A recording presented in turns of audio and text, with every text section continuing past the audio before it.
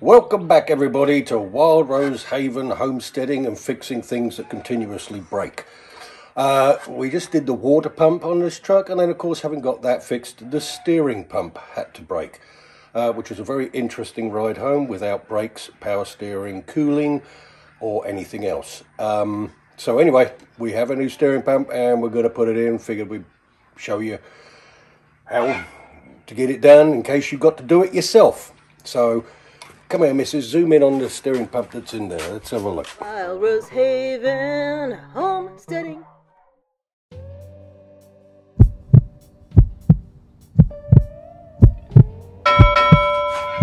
So there it is, and you can see the shaft where the pulley just flew off somewhere between here and town, and therefore the belt all came off and everything else. So it's a press-on pulley. So we're going to get this pump off, and don't need to pull the pulley off because it doesn't have one, but we've got a new pulley to push back on, and should be fairly simple. The only awkward thing is you can see this high pressure line right here. Back down here is the low pressure return line, of course, underneath at the back with a clamp on it that you can't really get your hands on. So promises to be very interesting. So we're going to get cracking, and we'll go over the tools we picked up to get this thing done and see what happens. All right people, so here's the new pump, and that's the high pressure line. You can see what I'm saying about the low pressure line is at the back and underneath, so you're kind of going to have to reach down and do something. I'm not quite sure how we're going to manage that, but we'll figure something out. So that's that. And then You signed me on the pump search, and this is, which one did we end up going with? Ended up with a power steering pump. Oh, a premium power steering pump. And then this is the puller installer set. It was cheap. Was it 20 bucks or something? 30 bucks? 18. So they're not expensive, but you gotta have them. And what it does, it has this clamshell set up, because on the pulley it has this kind of collar, so all you do is that goes there, that goes there, and you have your puller installer thing on it, and then the ring slides over and holds it in place, so that when you pull it off it grips it. So that's what you got to have Okay, for these type of press-on pulleys. Question. Yes. Does it matter how many holes are on the pulley that you purchased? No. Because I saw 3 and you No, know this one. Well, I've no idea actually, but I don't see why it would. Just different styles. Maybe it does, maybe it doesn't. Perhaps if somebody knows, they could put it in the comments below and let us know. So anyway, the only thing it did say to do with this is make sure you lube the threads on the main puller thing and all that before using it. So I'm going to just get some oil on it, engine oil on it, and lube it up so that we don't have any jamming up or anything. Engine oil, is that different than the ATF oil that you're going to be putting in? Yes. Or can you use the same? No, okay. ATF oil's like brake fluidy kind of oil. It's thin, so I'm just going to put regular oil on it. Just thought I'd ask that just in case. Yeah. Thanks to Mrs. You're welcome. All right. All right, so we're going to start by undoing the high pressure line, which I thought should be a 17, but the 17 was really tight on there. So having managed to get the wrench back off, well, then now I'm going with the 18 because it's already loose. It's not going to rip out the flats. So, and just so you know, I'm expecting oil to come out, so I do have a catch pan under there, although it doesn't look like anything really is. So probably because it all leaked out by now. Yeah, maybe.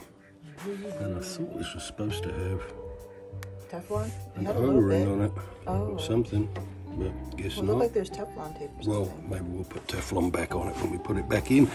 So that's that one. Well, that was easy.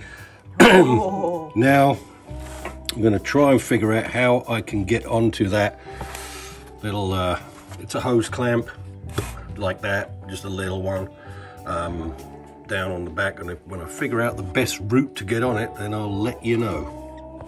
Alright, so I thought it was a hose clamp, but it's a spring clamp, and it looks like if I'm standing on some steps to get up on top of the engine, I should be able to get down here and get to it without too much grief, and get that off, if hopefully, because that will be nice and easy.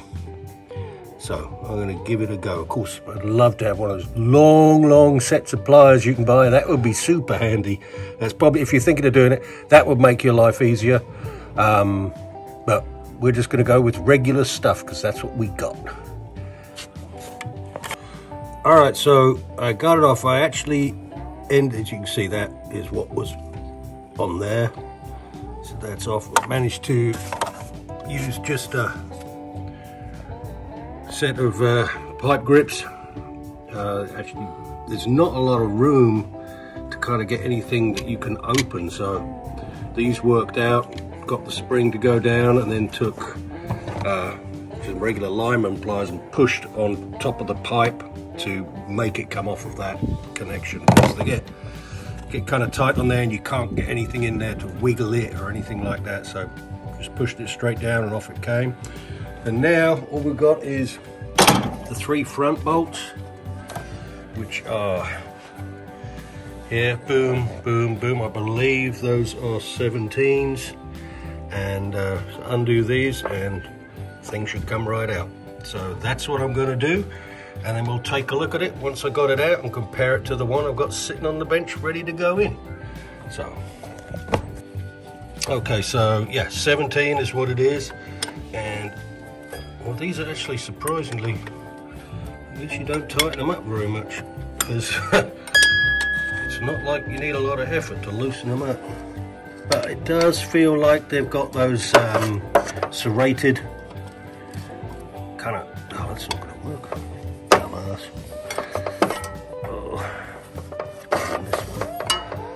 Oh. Underneath the head of the nut, those serrations to stop them from, good. All right, this is awkward, of course, is the tightest one. So let's have a look.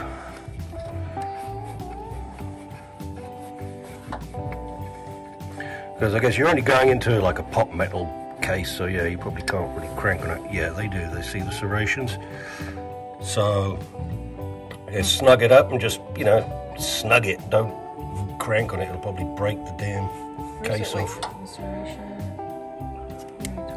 These serrations right here. That like, they kind of lock it in place, so. That's for us unmechanically inclined. Okay, the little bits that look like little teeth. No, well, I was looking at the top of the bolt for some reason, not the back. But yes, they're not. They so that helps lock it into the when you tighten it. Yeah, because you can't crank on it, I guess, because the metal's not strong enough. Ah, clever. So,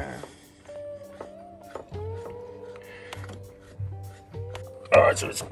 I'm sure I'm not getting this out the best way, but there's not a lot of room to get the stupid thing out. There it is. So, oh yeah. I think that's bent and broken. Well, I could tell it was bent, but when you took it, when you pointed it out at first. Anyway, so we're going to compare this to the new one, make sure they're the same, and the ports are where they should be and all that, and the length of the reservoir too? No, does that make a difference? That. Not really. Okay, just asking. I don't know. Well, I mean, it might, but it's. I doubt it. Okay, side by side. Ports there, looks the same. I think we're in good shape. So we'll just go ahead and you took that one off. Plop that bad boy back in. Hopefully it goes in easy. Except for the bed part. Yeah. Alright, so what I'm going to do, I'm just going to put this in. You saw how it came out. It's going to just reverse going in. And then when I get to the point of pressing the pulley on, we'll come back and we'll check that tool out, see how good it is, and see how easy it is to press the pulley back on, and then hopefully I'll have a truck with power steering, brakes, alternator and coolant, which means I can actually drive it, which will be handy. So we will get back to you in a little bit when I get this in. All right, so a couple of things. Earlier we looked at it, I said, oh, a bit of Teflon on that. That was what was left of the O-ring, which is that. But in this, with this pump, it actually came with the O-ring on this plug, a brand new one. So I just took that off, put the new one on, tightened it up. Now, it was tight trying to screw the high pressure fitting in. It was almost felt like it was cross-threading, but it wasn't. But it was kind of it was tight to put it in. But no worries, got it in. And as far as the one with the spring clip at the bottom, the return line, I could not get a wrench back on that thing to get that clip, but the clip isn't that strong, so if you get a rag so you don't bite into your fingers, you can actually squeeze it enough to wiggle it up and get it in place. It wasn't terribly hard to squeeze, so if you don't, like I said, but if you can, and if you're going to do it, those long ass like needle nose pliers that you can get will make life a lot easier. Anyway, it's in the mist. Would you care to do? So it's in. Put a little fluid in the reservoir, and now we can. Reservoir's right there.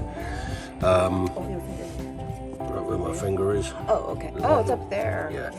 And now we're going to get ready to put the puller on. So.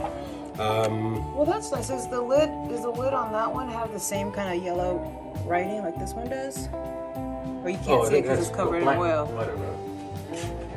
Well, that's good to know. Yeah, it does. Oh, it does? Okay. And so we'd love to reach 2,000 subscribers by the end of today. No, not the end of today. Well, yes, but we got a lot of stuff coming up, a lot of stuff. So it's all varied, all different animals, machinery, house, everything. So stay tuned and we'll keep you updated on our latest project.